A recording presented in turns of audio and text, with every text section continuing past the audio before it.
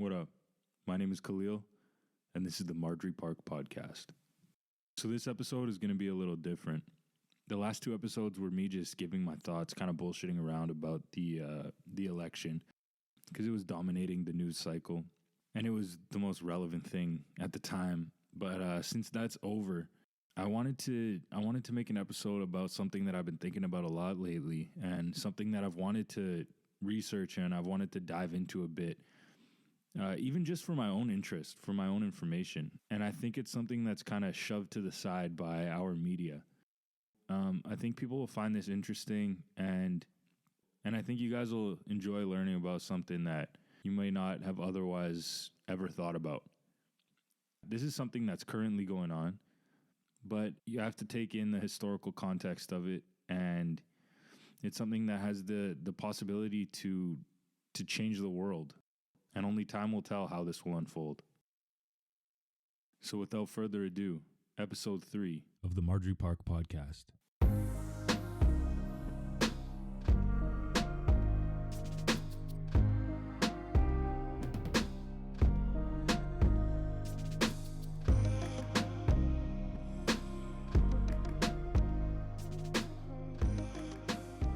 Lately, I've been reading up on Chinese economic involvement in Africa. It's something that I've heard about and I've wanted to dive into for a while, but only recently have I really researched it and really tried to understand what's going on over there. Day by day, China's influence in Africa grows.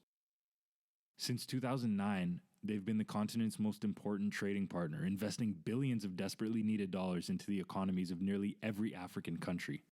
The sole exception to this is Swaziland because of its recognition of Taiwanese sovereignty, which China obviously is not down for.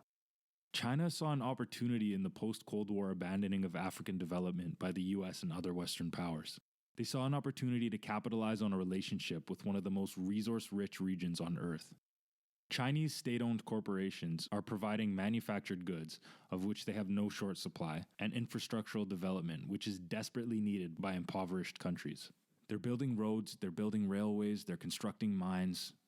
In exchange, China gains access to raw materials like oil, copper, and diamonds, and gets to call dibs on early investments into these developing and hopefully future booming economies. In addition to trade, China is offering financial assistance, not as foreign aid, however, but as massive commercial loans. This begs the question, are these trade deals and loans good for Africa? Or are they lopsided and of benefit only to the Chinese? The Chinese presence in Africa raises some concerns, and these concerns have led some journalists, activists, and politicians to accuse China of neocolonialism, with some even going so far as to compare China's current presence in Africa to that of Europe in the 19th and 20th centuries. Now, I would be careful with that comparison. I wouldn't necessarily say it's disingenuous, but I think it's ill-informed, and I think it's an emotional response. I think if you consider what's really going down and you consider the historical reality of European imperialism, you would never make that comparison.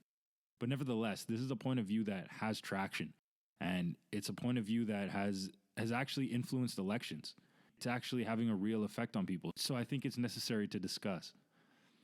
A 2018 Forbes article quoted a paper written by politician Michael Sata, who would later become president of Zambia, largely in part to his outspoken views on this topic. In it, he claimed the Chinese are worse for Africa than Europe ever was.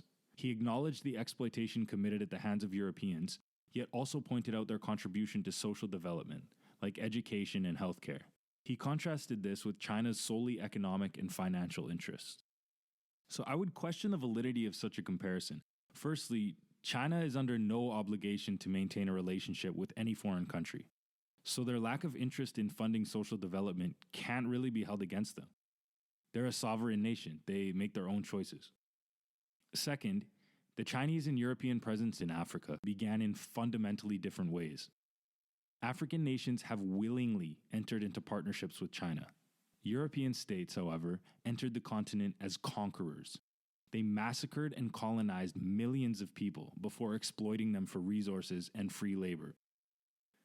Perhaps the most shocking examples of this were the atrocities the Belgians committed in the late 19th century in the Democratic Republic of the Congo. It was then known as the Congo Free State, and the irony of this name will soon be apparent.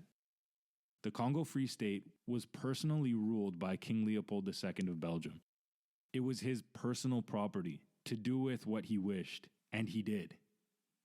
They instituted forced labor, exploitative economics, and a draconian legal system, which eventually led to the deaths of about 50% of the population, roughly 10 million people. They forced a huge portion of the population into agricultural work, forcing them to work on rubber plantations with impossibly huge collection quotas. Failing to meet these quotas was punishable by death. As proof of their enforcement of the quotas, the police force was required to submit a hand from each person they killed. Since the quotas were so high, there were always people being killed.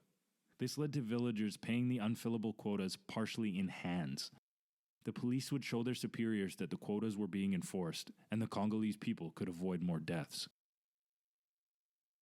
Now obviously, there were only so many hands to go around, so what ended up happening was villagers would raid nearby villages to chop off hands in order to save their own. I can't imagine the horror these people lived through.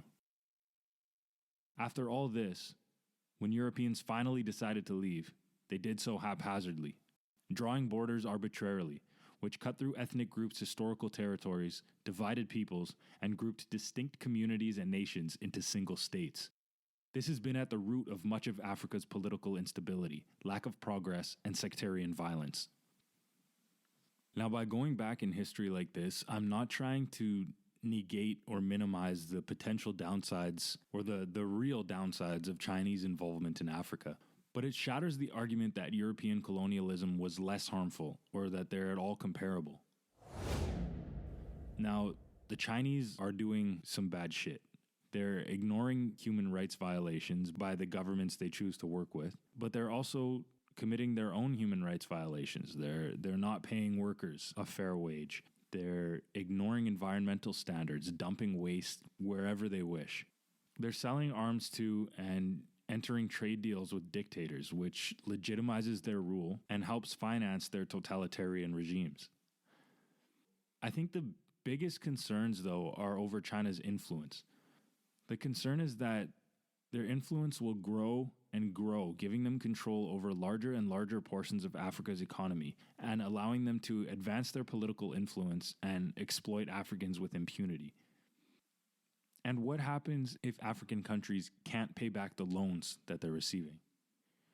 So another concern is that China will shut down access to basic public resources like power plants. They could use public resources that they've helped build as collateral, causing huge disruptions. They could even cut off the supply of essential goods or halt transactions vital to an industry's continued success. And they could do this with industries that are critical to a country's well-being. There's a lot of nuance, and there are a lot of downsides, but it seems that there aren't many other options.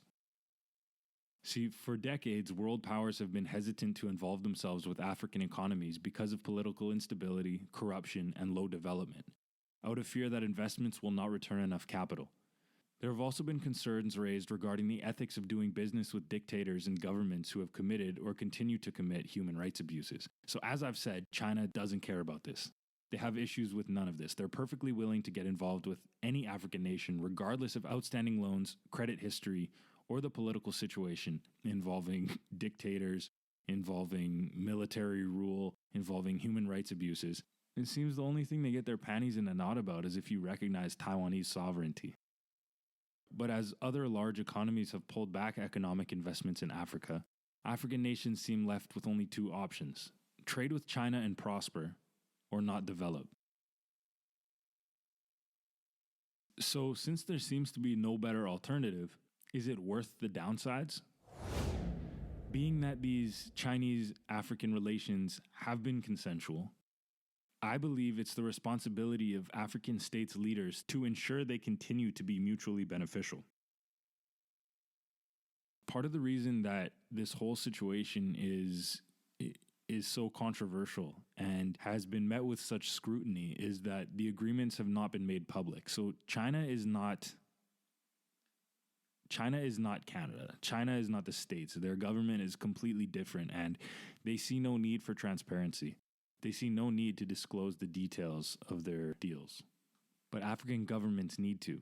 They need to ensure transparency while negotiating the best possible deals. I think that's the only way that they can really leverage their power. Because, I mean, at this point, China is one of the most powerful economies on the planet. Actually, I think it's the second largest economy on Earth. But the Chinese government is gaining more and more influence in the world. And I think if these African nations ensure transparency, then they can all kind of work together. They can all kind of see, okay, this is the kind of deal that they're doing with country A. You know, now we know what we can expect. We know what we can use to leverage a better deal.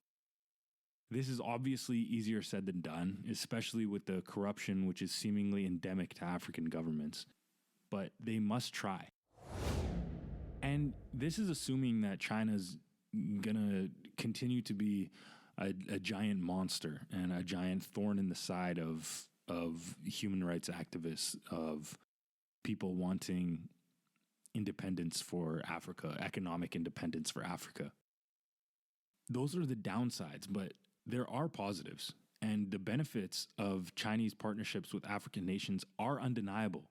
As I said, they're giving massive loans, they're financing massive projects, they're really contributing to these countries' economies. And these are things that can affect the continent as a whole. For example, in Tanzania, China's planning to build the largest port in Africa. This would drastically alter East Africa, and it would ease sea trading for a number of nearby landlocked countries. And now China is starting to move away from investing so heavily into infrastructure. They're not so much looking at building roads and railways anymore. They're looking more into real revenue generating projects. So I think as they move towards these new projects, the incentives for the continued stability of African nations they're involved with will grow. Sinking their hooks early on into these future booming economies could prove vastly more rewarding than short-term resource extraction. Now, I'm not saying anything about Chinese morals. I'm not saying anything about ethical concerns. I'm not saying that they really care about Africans and that they're going to try and be the best people they can be just because.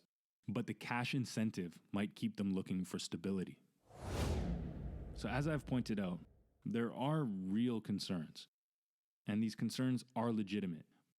After construction, after China finishes a huge project, will they allow it to exist independently? Will they end up controlling vast swaths of the economies of these comparatively tiny nations?